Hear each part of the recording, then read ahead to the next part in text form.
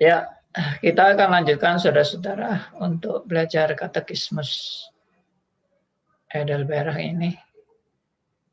Dan bagi saudara-saudara yang nanti akan bertanya bisa ikut serta dalam mengambil bagian bersama-sama kita berdiskusi tentang kebenaran-kebenaran yang akan kita pelajari bersama. Kita sekarang membuka dari pertanyaan ke 35 ya. Pertanyaan 35. Kita yang lalu sudah membahas pertanyaan 34 tentang kita menyebut Kristus adalah Tuhan kita. Sekarang pertanyaan 35 silakan dibaca oleh Silva. Apakah artinya bahwa ia dikandung dari Roh Kudus, lahir dari anak darah Maria, bahwa anak Allah yang kekal, yang adalah dan tetap adalah Allah yang sejati dan kekal, mengenakan pada dirinya sendiri natur manusiawi dari daging dan darah Maria oleh karya Roh Kudus, sehingga ia bisa menjadi keturunan Daud yang sejati, serupa dengan saudara-saudaranya di dalam segala hal, kecuali dosa.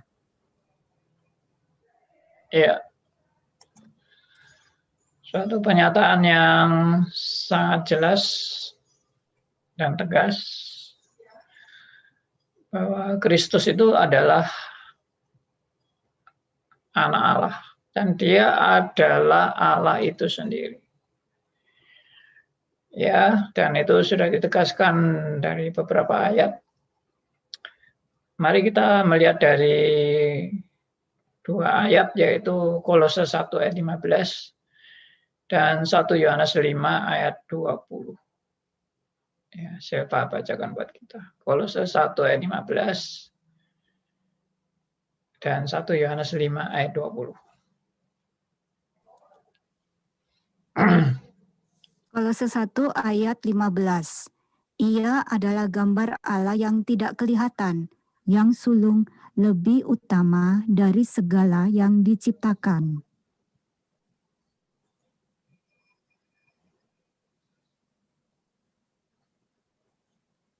Yang berikutnya Pak Andi, 1 Yohanes 1 Yohanes 5 ayat 20.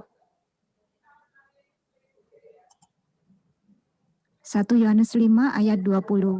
Akan tetapi kita tahu bahwa anak Allah telah datang dan telah mengaruniakan pengertian kepada kita supaya kita mengenal yang benar. Dan kita ada di dalam yang benar, di dalam anaknya Yesus Kristus. Dia adalah Allah yang benar dan hidup yang kekal.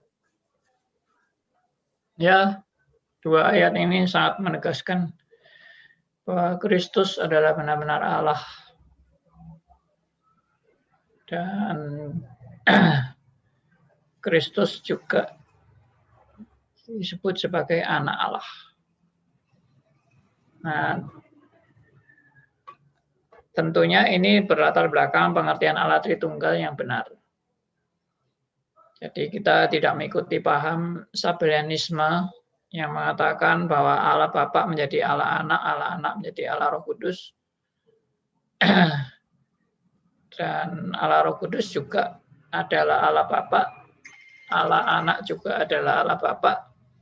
Nah, ini kita semua tidak menganut paham sesat seperti ini.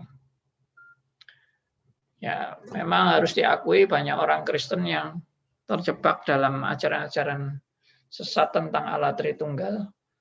Sedangkan Alkitab sangat menegaskan Allah Bapa bukan Allah Anak bukan Allah Roh Kudus bukan Allah Bapa, tapi ketiga-tiganya adalah setara. Allah Bapa setara dengan Allah Anak, setara dengan Allah Roh Kudus. Ya. Dan ketiga-tiganya dalam satu kesatuan yang tidak terpisahkan. Dan dalam persekutuan yang kekal. ya, dalam persekutuan yang kekal. Jadi tidak diragukan sama sekali akan keberadaan Kristus sebagai Allah. Banyak agama-agama lain yang meragukan Kristus adalah Allah. Yaitu terserah mereka. Tapi jelas Alkitab memaparkan kebenaran ini. Jadi kita bukan mau aneh sendiri atau mau lain sendiri, tidak. Tapi memang Alkitab yang memaparkan seperti itu. Dan beberapa saudara kita dari agama lain maupun juga aliran lain yang berusaha menafsirkan Alkitab dengan tidak konsisten. Ya, saya tegaskan itu. Banyak orang menafsirkan Alkitab dengan tidak konsisten dan tidak meneliti sungguh-sungguh kebenarannya. Lalu menafsirkan dengan sembarangan dan ngaco. Ya, saya harap tidak sembarangan orang menafsirkan Alkitab dengan sembarangan.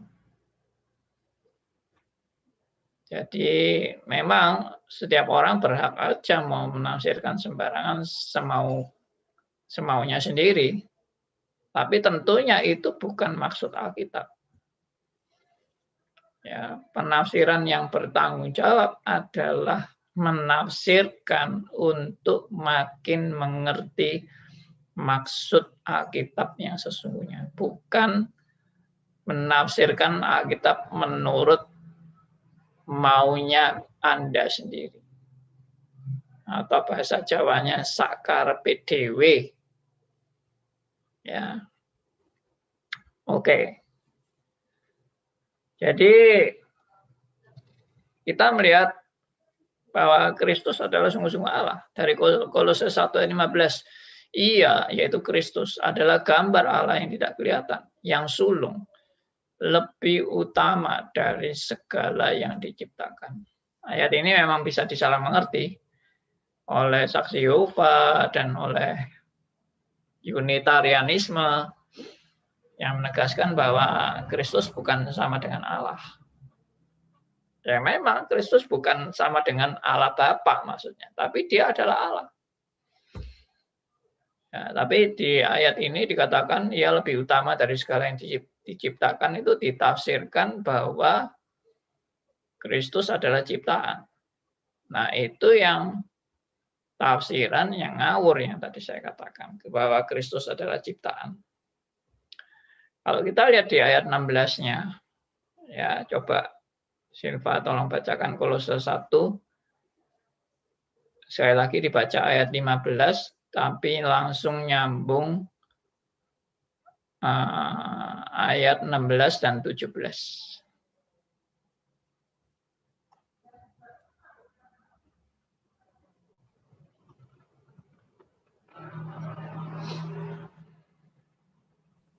Kolose 1 ayat 15 sampai 17.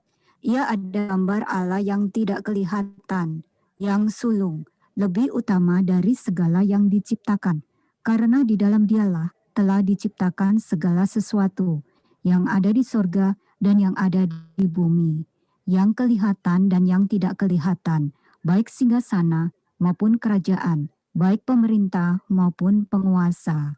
Segala sesuatu diciptakan oleh Dia dan untuk Dia. Ia ada terlebih dahulu dari segala sesuatu, dan segala sesuatu ada di dalam Dia. Nah, jadi saya tidak mau menguraikan panjang lebar tentang ayat 16 dan 17, tapi sudah kelihatan sekali dari kalimat-kalimat ini kelihatan bahwa Kristus adalah benar-benar Allah. Ya, coba perhatikan. Karena di dalam Dialah telah diciptakan segala sesuatu yang ada di surga dan yang ada di bumi, yang kelihatan dan yang tidak kelihatan, baik singgasana maupun kerajaan, baik pemerintah maupun penguasa. Segala sesuatu diciptakan oleh Dia. Yang dimaksud dia itu adalah Kristus, dan untuk dia juga Kristus.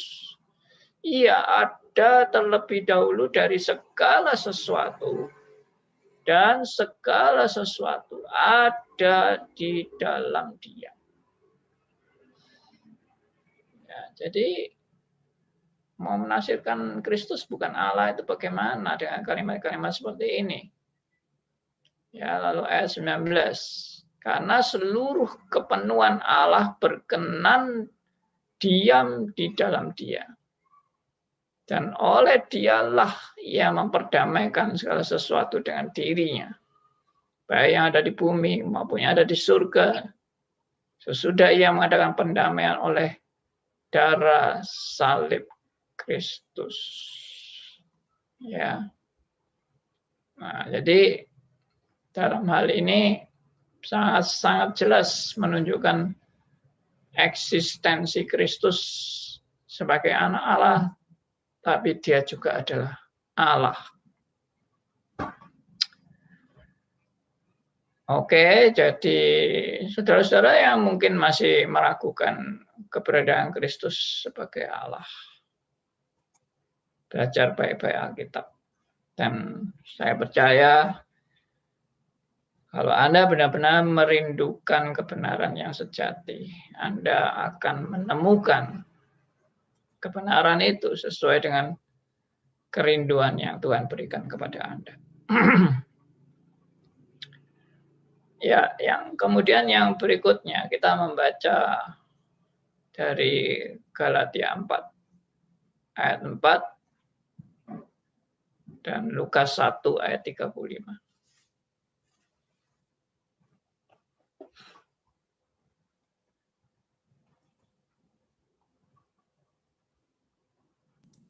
Galatia 4 ayat 4.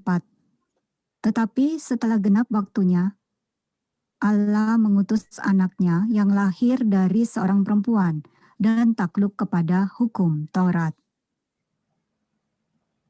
Ya, perhatikan. Ya, waktu genap waktunya, maka Allah mengutus anaknya yang lahir dari seorang perempuan dan takluk kepada hukum Taurat. Nah, yang dimaksud Allah mengutus anaknya adalah Allah mengutus Kristus. Dan Kristus itu adalah Allah juga. Nah, ini banyak yang bingung kalau nggak paham tentang Allah Tritunggal yang benar. Jadi saya tegaskan Kristus adalah Allah pribadi yang kedua. Sedangkan Bapa adalah Allah pribadi pertama. Roh Kudus adalah Allah pribadi yang ketiga. Makanya kita percaya Allah Tritunggal, Allah Bapa, Allah Anak, Allah Roh Kudus. Dan yang jelas Allah mengutus anaknya. Kalau Anda pengikut Sabellianisme, Allah mengutus anaknya, padahal Allah itu sendiri menjadi anaknya. Jadi Allah mengutus dirinya sendiri. Nah, itu jelas-jelas tidak benar menurut Alkitab. Jadi penganut Sabellianisme, saya harap bertobat dan kembali kepada Alkitab. Ya, jelas Allah di sini yang disebut Bapa mengutus anaknya, bukan mengutus dirinya sendiri. Ya, berarti ada Bapa dan ada anak. Tidak lalu Bapa menjadi anak, tidak. Oke.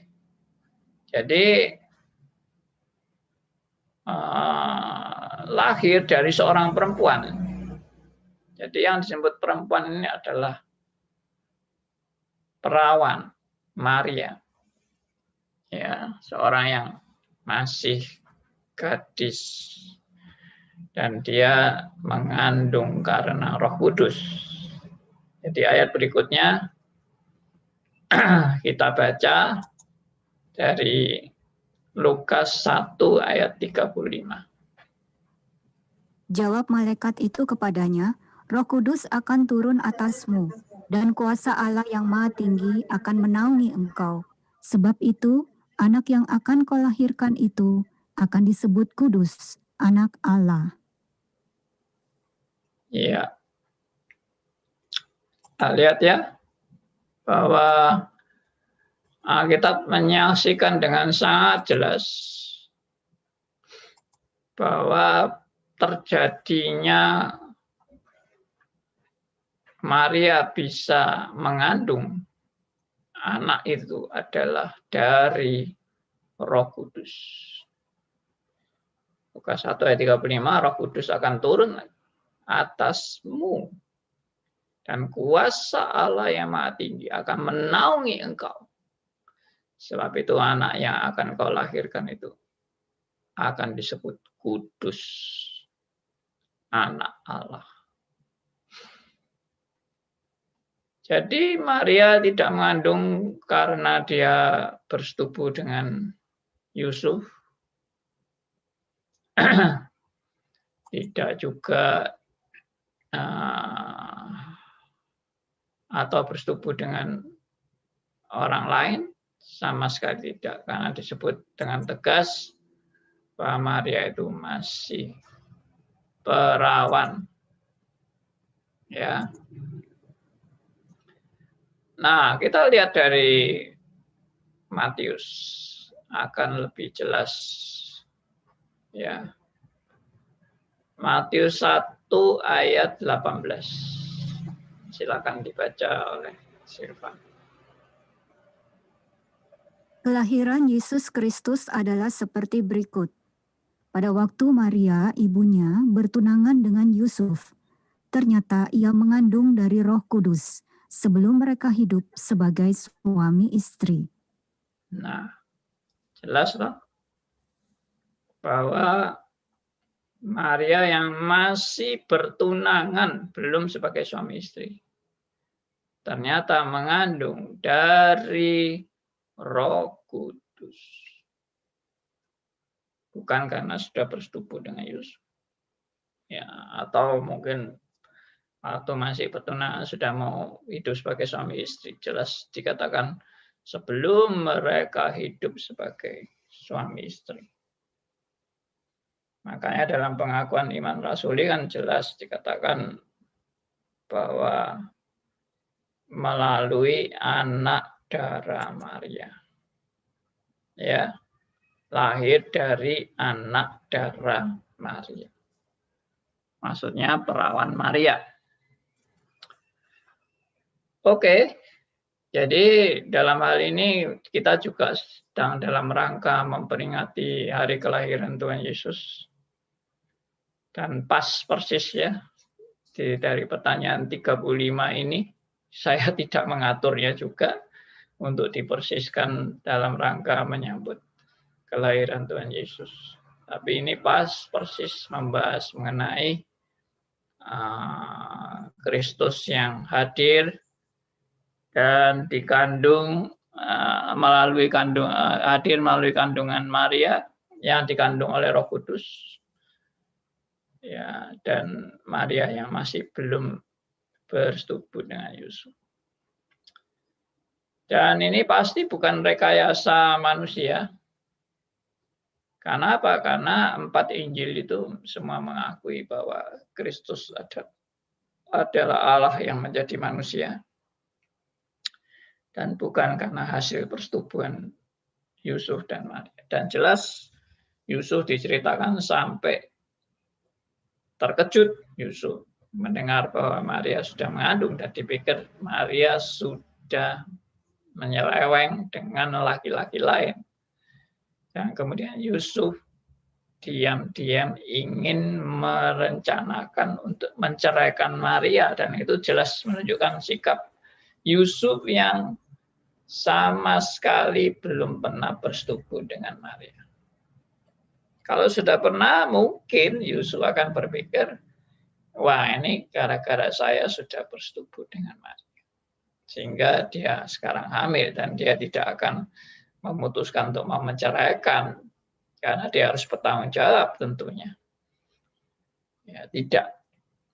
Jadi yang jelas Yusuf sadar benar dia menjaga hubungan dengan Maria, menjaga jarak hubungan dengan Maria karena mereka belum sebagai suami istri.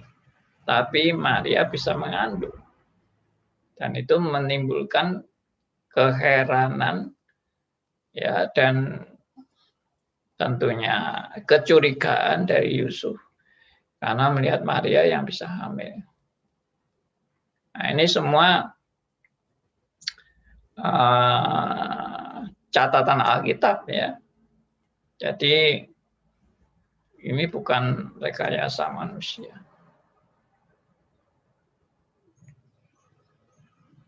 Banyak orang yang menganggap bahwa Kristus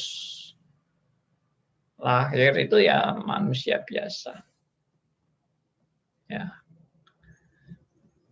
Bahkan meskipun percaya bahwa Maria itu perawan, tetap dianggap manusia biasa.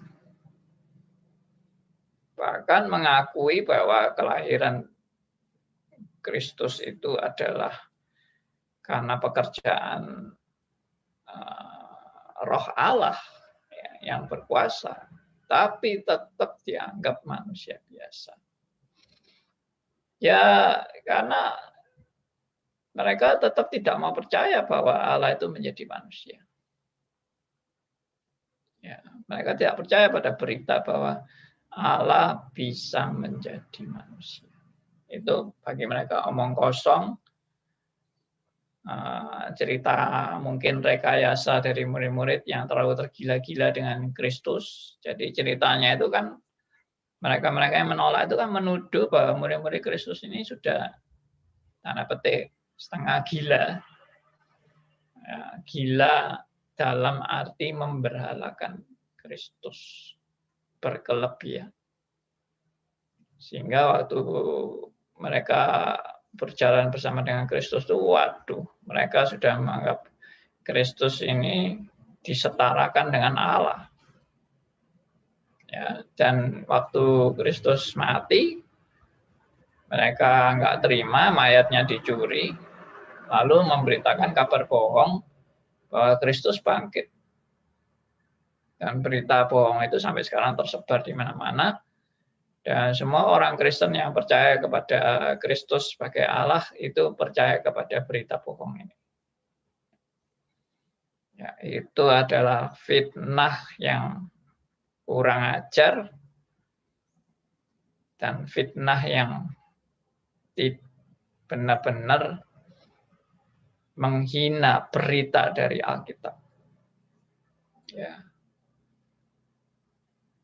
Memang zaman sekarang ini orang kan katanya zaman modern atau zaman posmo ini semua orang boleh berpendapat, terserah pendapatnya. Ya nggak apa-apa. Saya tidak bisa juga melarang orang mau punya pendapat apapun.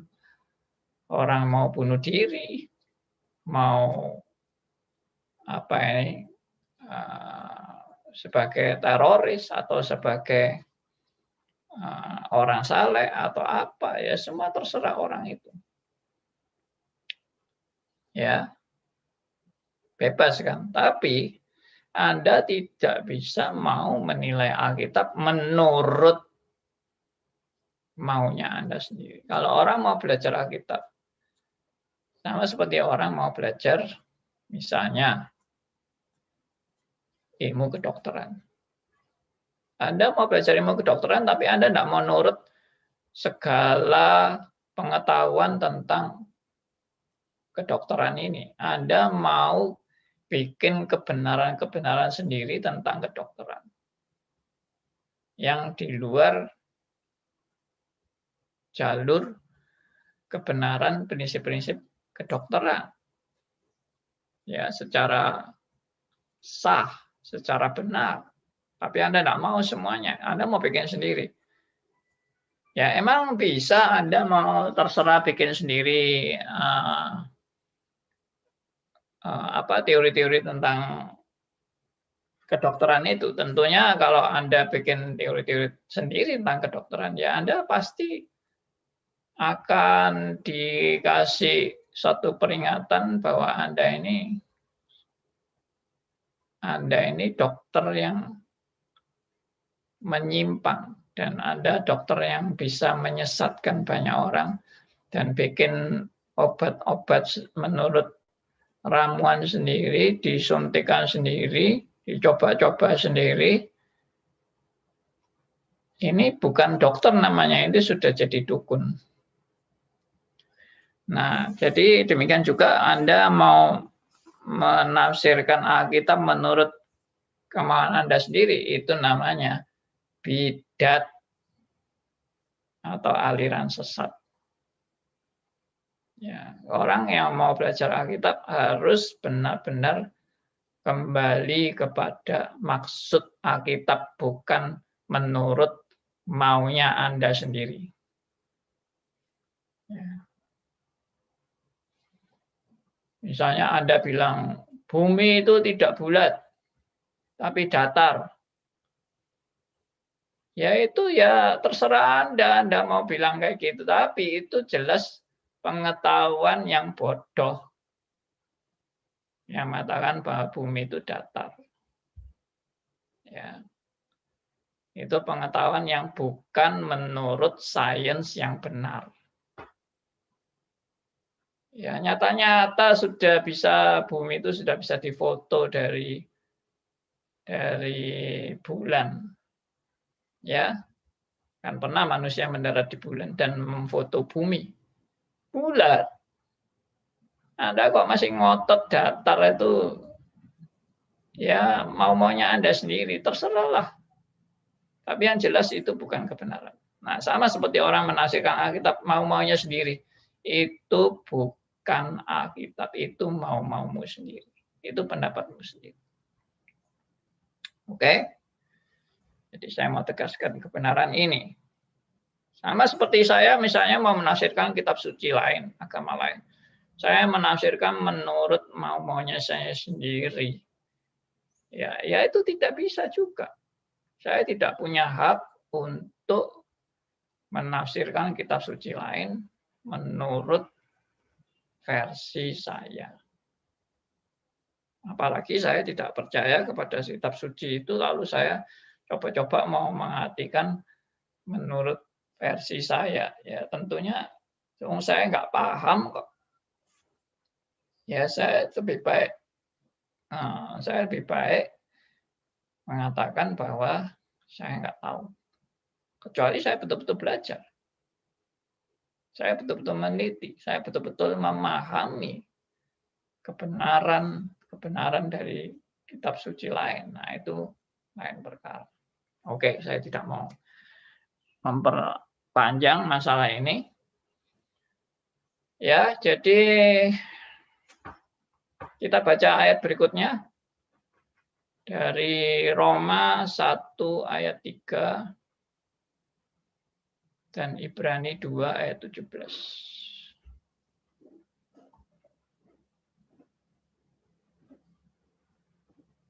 Silakan.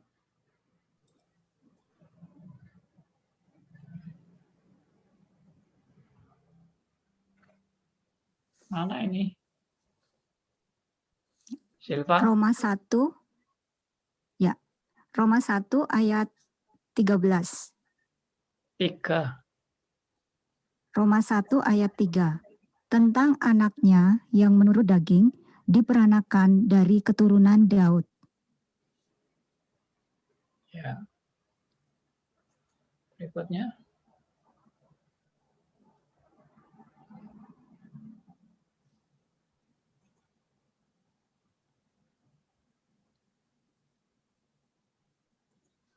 Ibrani 2 ayat 5. 17. Itulah sebabnya maka dalam segala hal ia harus disamakan dengan saudara-saudaranya, supaya ia menjadi imam besar yang menaruh belas kasihan dan yang setia kepada Allah untuk mendamaikan dosa seluruh bangsa. Ya. Nah, jadi jelas dikatakan bahwa dia juga menjadi keturunan Daud yang sejati. Ini dalam rangka apa? Dalam rangka menggenapi janji Allah bahwa melalui keturunan Daud, melalui keturunan Abraham dan keturunan Daud, semua bangsa akan diberkati. Dan tahtanya tidak akan lenyap sampai selama-lamanya. Siapa keturunan Daud yang tahtanya tidak akan lenyap sampai selama-lamanya? Karena keturunan Daud, kerajaan yang terjadi setelah masa Daud. Ya, akhirnya kan diteruskan Salomo dan seterusnya, akhirnya Israel pecah. Ya. Kerajaan Israel pecah, utara dan selatan, Yehuda dan Israel. Kemudian akhirnya hancur, kalah perang dengan bangsa kafir, baik yang utara maupun yang selatan. Semuanya kalah dan semuanya dijajah dan tidak pernah muncul lagi kerajaan Israel sampai selama-lamanya. Ya, jadi yang sekarang ini ada kan bukan kerajaan Israel tapi negara Israel, dan itu pun juga sudah bukan merupakan kelanjutan daripada tahta Daud. Ya, oke, kembali lagi tadi. Jadi ini dalam rangka menggenapi janji Allah melalui keturunan Daud yang sejati dan yang tahtanya tidak akan pernah lenyap. Siapa itu? Tidak ada yang lain kecuali Kristus. Semua raja-raja akan mati. Semua kerajaan juga akan lenyap. Satu-satunya kerajaan yang tidak akan lenyap adalah kerajaan di mana Kristus adalah raja dari segala raja. Ya, King of the Kings. Raja dari segala raja dan tidak akan lenyap. Siapakah dia? Hanya Kristus. Tentunya juga Allah Bapa dan tentunya juga Allah Roh Kudus. Kenapa kok keturunan Daud ini harus diutamakan? Ya, karena itu selain adalah janji Allah. Ya, perjanjian Allah itu tentunya harus digenapi. Ya, melalui keturunan Daud. Dan menunjukkan bahwa Kristus adalah juga benar-benar manusia. Benar-benar manusia. Jadi yang dimaksud keturunan Daud ini ada silsilahnya. Ya, ada silsilahnya. Kalau diurut silsilahnya Yusuf bagaimana, silsilahnya Maria bagaimana. Nah, itu ada keturunan Daud. Jadi ini bukan kebetulan, ini benar-benar rencana Allah yang digenapi. Makanya Kristus juga disebut sebagai anak Daud. Anak Daud. Ya. Lalu dikatakan lagi yang dalam segala hal serupa dengan saudara-saudaranya. Serupa dengan saudara-saudaranya. Maksudnya memang dia benar-benar tadi adalah manusia. Yang dimaksud serupa dengan saudara-saudaranya itu adalah Kristus adalah benar-benar manusia. Ya, dikatakan di Ibrani 2 ayat 17 tadi, itulah sebabnya maka dalam segala hal ia harus disamakan dengan saudara-saudaranya. Ya. Jadi dia adalah imam besar yang menaruh belas kasihan dan yang setia kepada Allah untuk mendamaikan dosa seluruh bangsa. Ini karya yang luar biasa yang dinyatakan. Oke, lalu ayat terakhir sebagai yang terakhir yang saya sharingkan yaitu Ibrani 4 ayat 15.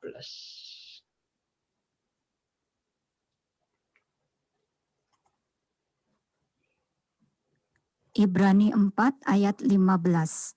Sebab imam besar yang kita punya bukanlah imam besar yang tidak dapat turut merasakan kelemahan-kelemahan kita. Sebaliknya sama dengan kita, ia telah dicobai, hanya tidak berbuat dosa. Yes. Kristus adalah satu-satunya manusia yang lahir di dunia yang tidak berbuat dosa sama sekali.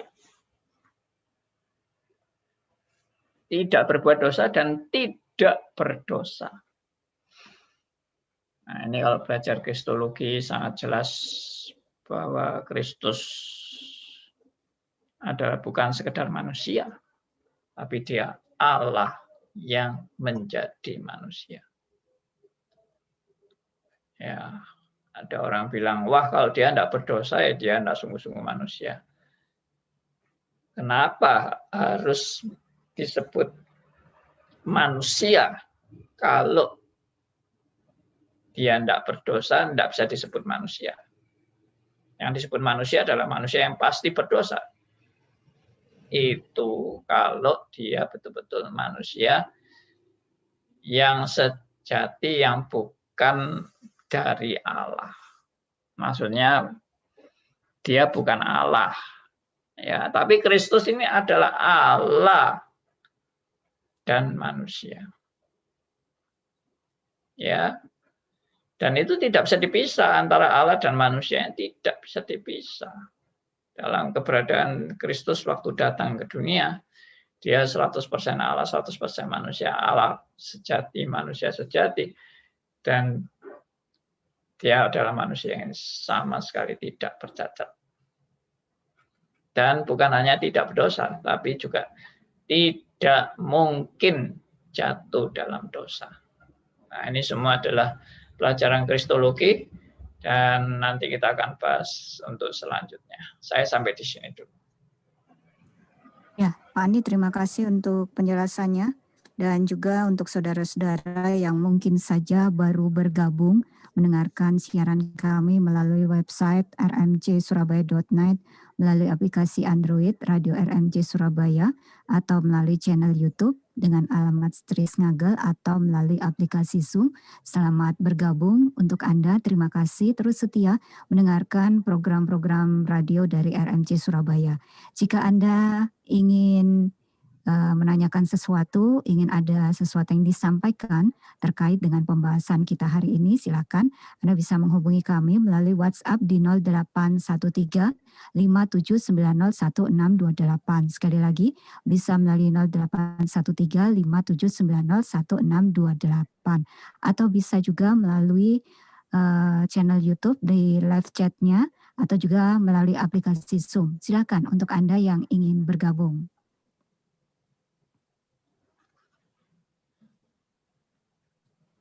Salam jumpa juga untuk Pak Lia yang baru saja bergabung melalui aplikasi Zoom. Terima kasih juga untuk kesetiaannya. Ya, Pak Andi, sambil menunggu untuk beberapa orang yang ingin bergabung juga, mungkin nanti ada pertanyaan karena waktu kita masih cukup banyak. Saya sering mendengar ada diskusi ya, perdebatan, walaupun akhirnya nanti jadi sebuah debat kusir yang mengatakan bagi kita orang percaya kelahiran Tuhan Yesus dari perawan Maria ini sesuatu yang ilahi dan tentunya spektakuler tanpa keterlibatan Yusuf di situ atau pria manapun. Tetapi ada orang yang jelas tidak beriman di dalam Kristus, dia mengatakan apa istimewanya kelahiran Kristus tanpa kehadiran seorang pria? Toh Adam pun bisa lahir, bisa tercipta tanpa ayah dan ibu. Nah, itu mereka katakan seperti itu. Tadi dalam pembahasan kita pada hari ini, saya sampai pada satu pemikiran, oh ya jelas beda. Kalau Adam, dari Adamlah kita mengenal dosa.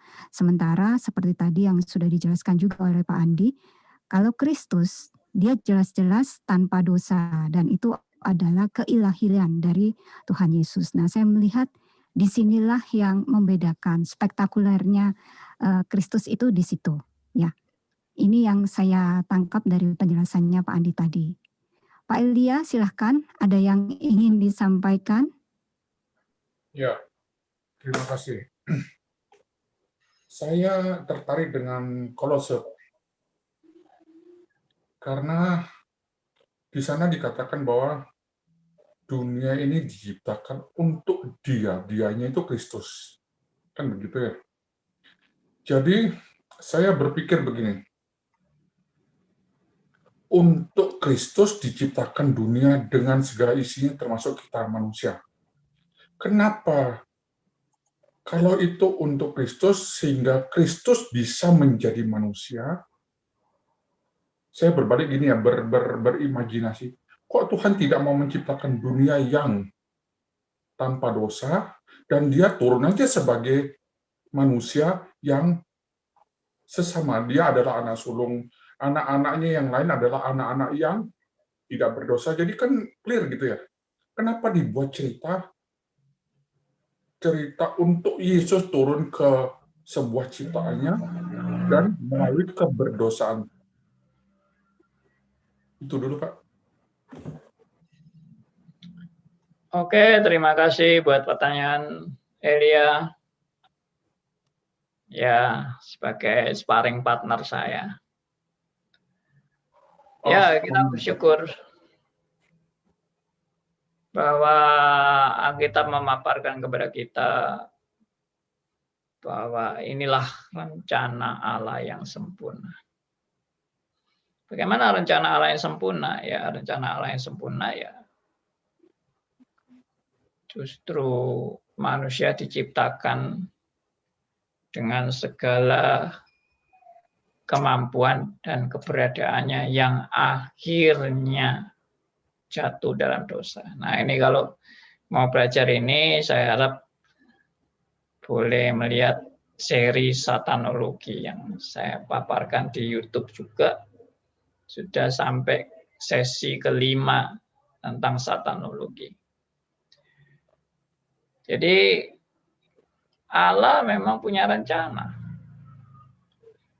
Dan rencananya itu rencana yang sempurna, itu yang tadi saya katakan.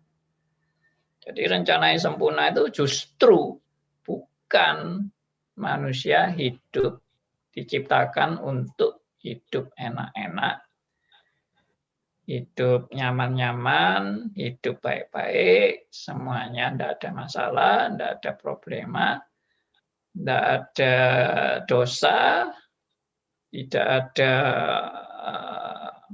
kriminal, ya kriminalitas, kejahatan, dan sebagainya. Itu ternyata itu bukan rencana Allah.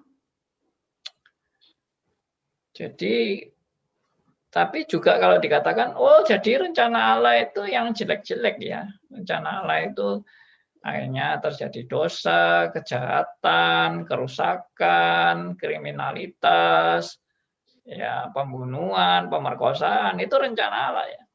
Saya juga tidak katakan seperti itu. Yang saya katakan adalah rencana Allah adalah semuanya akan tertuju kepada SDG, yaitu Soli Deo Gloria. Ya, semuanya akan berakhir ke sana. Dan Allah yang benar adalah Allah yang memang menciptakan semua ini terjadi untuk menyatakan kemuliaannya.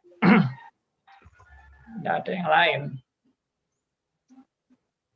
Lalu ada yang bilang, loh, ya kok menyatakan kemuliaannya kok sampai ada kejahatan, sampai ada dosa, kan kurang bagus. Lebih bagus kalau menyatakan kemuliaannya ya dari dulunya, tidak ada cacatnya, tidak ada celahnya, tidak ada kejahatan dan sebagainya.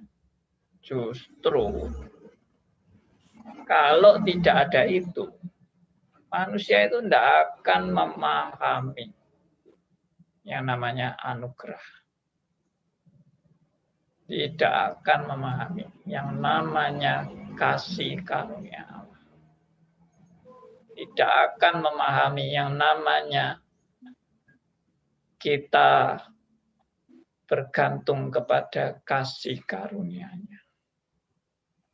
Itu tidak akan mengalami itu dan tidak akan memahami Yohanes 3:16, karena begitu besar kasih Allah akan dunia ini sehingga Ia mengaruniakan anaknya yang tunggal supaya barang siapa yang percaya kepadanya tidak binasa melainkan beroleh hidup yang kekal. Nah, itu tidak akan dipahami kalau semuanya berjalan mulus tanpa kejatuhan, tanpa dosa dan sebagainya. Nah, itulah jawaban saya, Pak Elia. Menarik, Pak. Ini juga yang saya menjadi topik dari dulu ya. Minta Pak mau memfokuskan penjelasan kenapa adanya pohon, kenapa adanya malaikat yang jatuh. Pasti ada tujuan.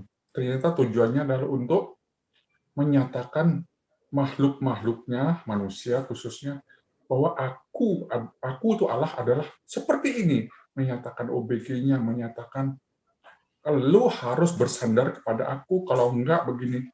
Dalam istilah saya dari dulu adalah, bagaimana kita bisa mengetahui Allah itu adalah suci, Allah itu adalah putih, Allah itu adalah semua yang baik, kalau tidak ada pembanding. Terima kasih Pak, hari ini tanggal berapa di tanggal 17 Desember saya menemukan jawaban. Thank you. Puji Tuhan. Bapak Elia. Ya, terima kasih Pak Elia. Dan silakan saudara untuk Anda juga yang ingin bergabung, Anda bisa bertanya melalui WhatsApp di 0813-5790-1628 atau silakan juga Anda bisa bergabung melalui live chat channel YouTube di Stris Ngagel atau bisa juga melalui aplikasi Zoom. Ya, masih ada beberapa waktu jika ada yang tadi penjelasan yang kurang jelas atau ada yang ingin disampaikan, silakan.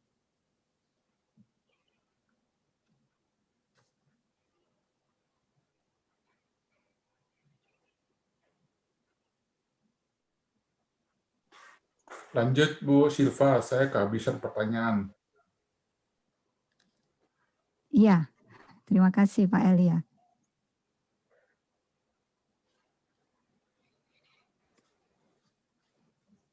Iya Pak Andi, kembali di pernyataan saya tadi ya, tentang keilahian Kristus. Itu yang ya kembali lagi bagaimana seseorang bisa melihat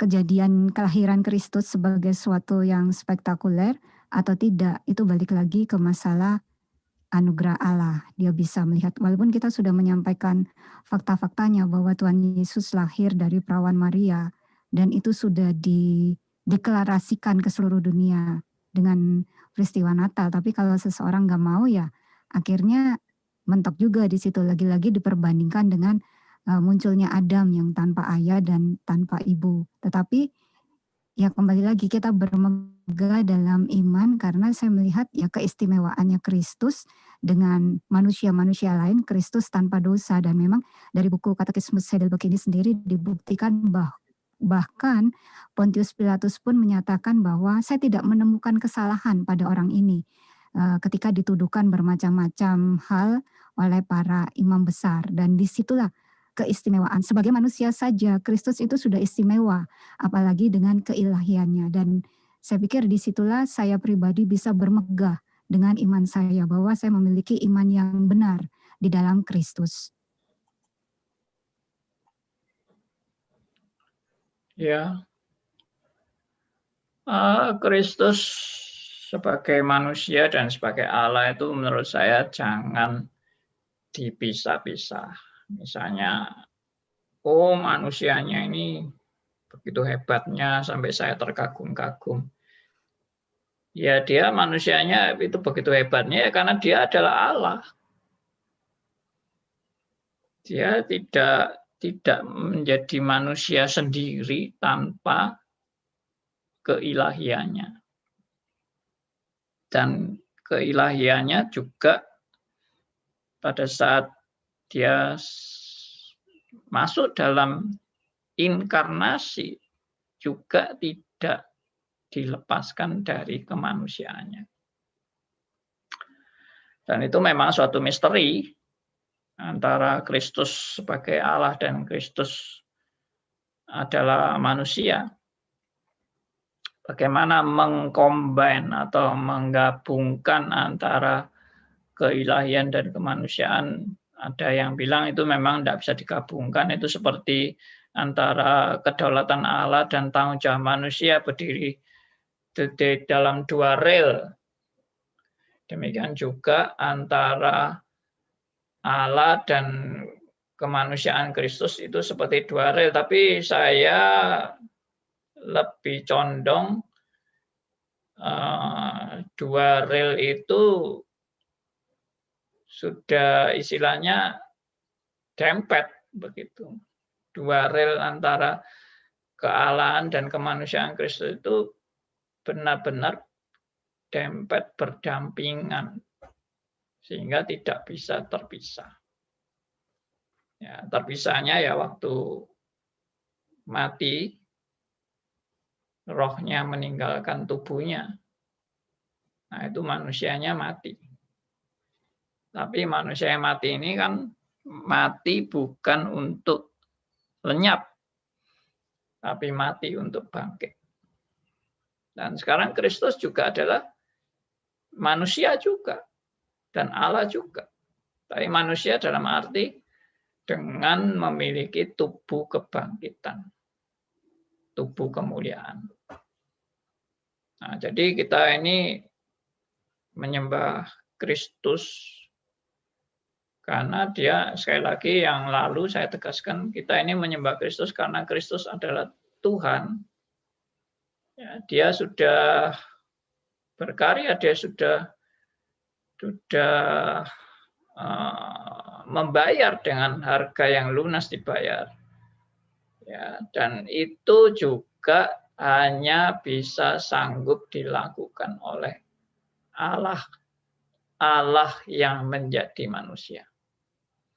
Kalau Kristus hanya sebagai manusia saja, ya tidak sanggup untuk menebus dosa seluruh dunia. Bagaimana dia bisa punya kuasa untuk menebus dosa seluruh manusia kalau dia bukan Allah.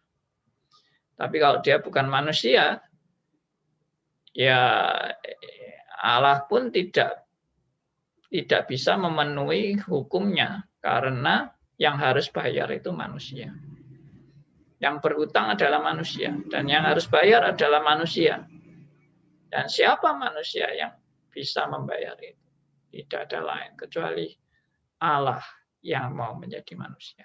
Nah, biarlah ini kebenaran ini boleh makin meneguhkan kita bahwa apa yang kita percaya itu bukan suatu dongeng manusia atau karangan manusia, tapi ini adalah hukum keadilan Allah yang suprarasional. Tidak mungkin ini dikarang oleh manusia. Tidak mungkin kebenaran ini dan cara pembenaran ini dikarang oleh manusia. Karena logika manusia itu logika yang seperti pada umumnya, yaitu manusia bisa selamat karena perbuatan baik. Itu logika umum manusia. Tapi justru logika Alkitab, tidak ada seorang pun yang bisa diselamatkan melalui perbuatan baik. Nah, biarlah ini boleh menjadi berkat bagi kita semua. Dan mari kita berdoa. Bapa yang di surga, kami sungguh bersyukur dan berterima kasih karena anugerah-Mu. Kami bersyukur karena belas kasihan Tuhan bagi kami orang-orang berdosa. Dan kami sadar dan disadarkan bahwa tanpa Kristus kami pasti binasa.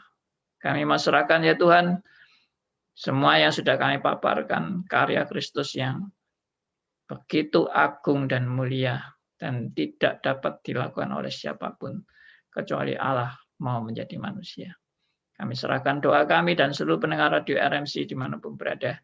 Tuhan berkati semuanya dalam nama Tuhan kami Yesus Kristus, Tuhan dan Juru Selamat kami yang hidup. Amin. Amin. Pak Andi, terima kasih untuk pembahasannya kali ini dan terima kasih juga untuk pendengar yang sudah bergabung dalam program RMC Today dengan pembahasan Katekismus Heidelberg. Kita berjumpa lagi dalam pembahasan berikutnya.